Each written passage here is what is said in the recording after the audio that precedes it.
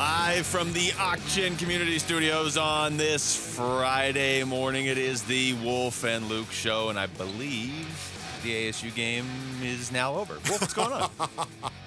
That was pretty funny, Luke. I didn't expect you to say that right off the top. I do believe it did end an hour ago. Isn't that right, Pixie? Oh, my goodness. What an unbelievable game. We got to start the show with this, okay? So Lauren and Rick are both here. They both, in some capacity, were working that game last night. And Lauren, how late were you in this building last night? I left the building at about 2:30 in the morning. Okay. 2:30 in the morning right there. Okay. And she got here before either one of us today. Yeah, 2:30 in the morning and has to stay late, too. Yeah, I don't know. You know what? I'm not complaining. I'm not going to say one negative thing the entire show. In honor of you, Pixie, I'm not going to do it. Just the fact that it's a glass half full show. Oh, my goodness. Do you believe what happened last night? Where do you even start?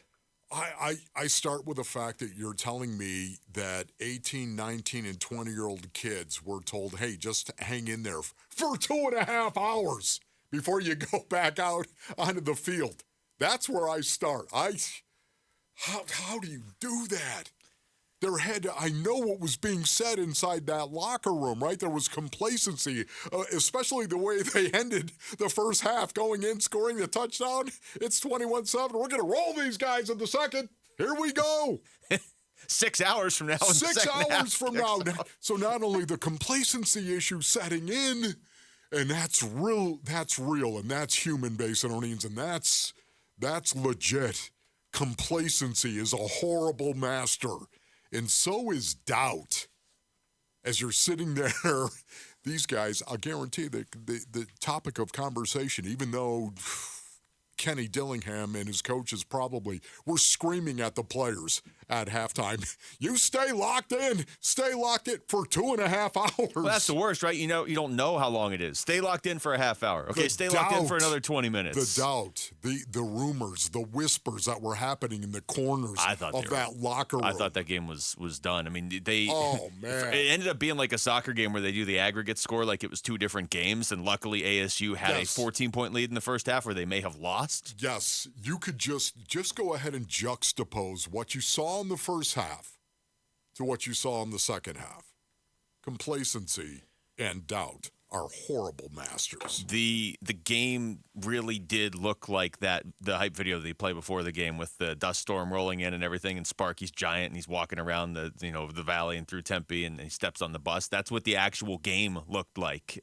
And it honestly, like, I had this thought at halftime last night, Wolf, when it was like, oh, here comes a little bit of a dust storm. Oh, okay, well, there's lightning everywhere.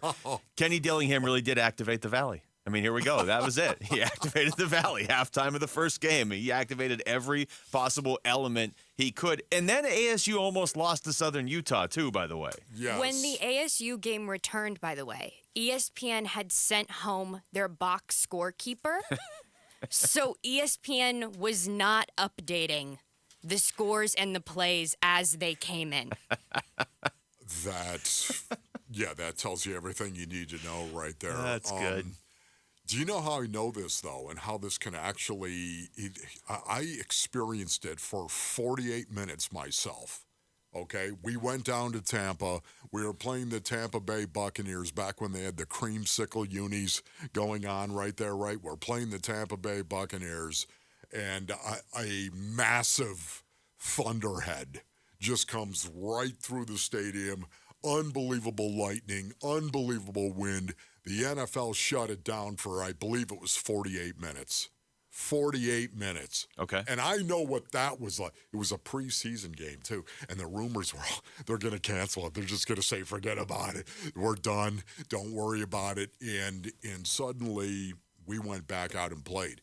The one thing I can do, base earnings, is generate and manufacture intensity. I'm really, really good at doing that. Really? Would you consider yourself an intense individual? I would say that I am intense. It is the gift that God gave me. There's no doubt about it. I could do that. I could walk out onto the field and really feel the desperation of the game of football, and rightfully so. It's the only reason why I played 10 years in the NFL, because it wasn't this body. It wasn't this talent. It wasn't this brain.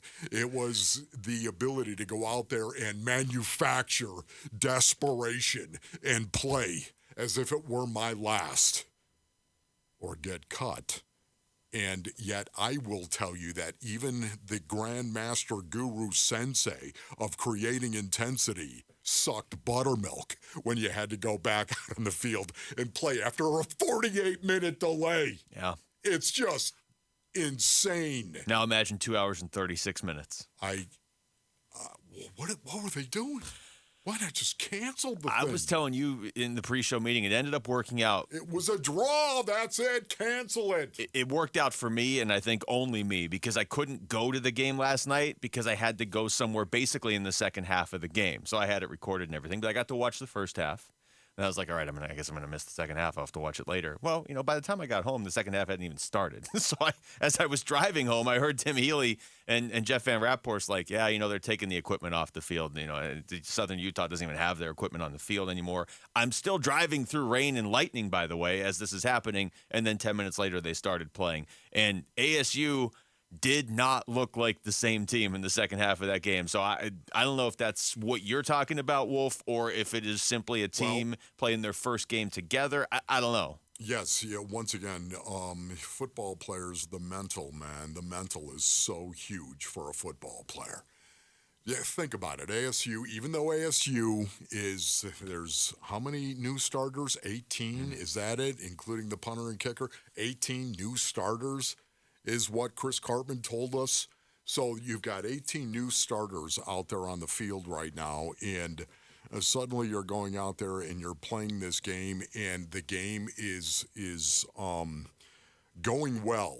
21-7, and right before the half, you score. It's the worst thing I think that could have happened to ASU going in because of the complacency card. It's real, and it is. Do you think those guys knew that they were favored to win that game over Southern Utah? Yeah, yes. You and I were talking about it yesterday, and I know my ultimate score, I believe, was 433-13, and it didn't come out that way. But I did say during the actual show yesterday, I didn't expect ASU to look all that great in their first game. Sure. New coach, new everything, bunch of new players.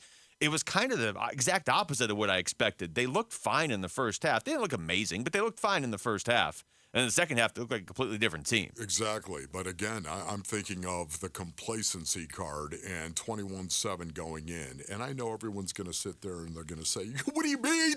What has ASU done? What is it? Stop it. You're talking about a 19-year-old kid. And if you were moistening the jock like those kids were, and they knew they were supposed to kill this team, Southern Utah, and they go in and score right before the half, and it's 21-7, you're going to walk in there and go, this is good. We're going to be fine. Everyone's going to be okay. So if you don't believe that, you haven't moistened a jock in 25, 30 years, have you? Because that's what's going to happen. You're going to be complacent. And I guarantee you, Kenny Dillingham and his staff, that was their sole intent, was to try to focus them and get them to come out and play with the requisite intensity they needed to in the second half. The first week of Kenny Dillingham's first season, like we'll get into this later on in the show, but all the self-imposed bowl ban, all the postseason ban, that was 5 days ago. And then his first game is at home during a dust storm and a rainstorm with a 2.5-hour delay that almost turned a win into a loss. Like, just what a first week of actual game, work for Kenny Dillingham. He's been here for a few months.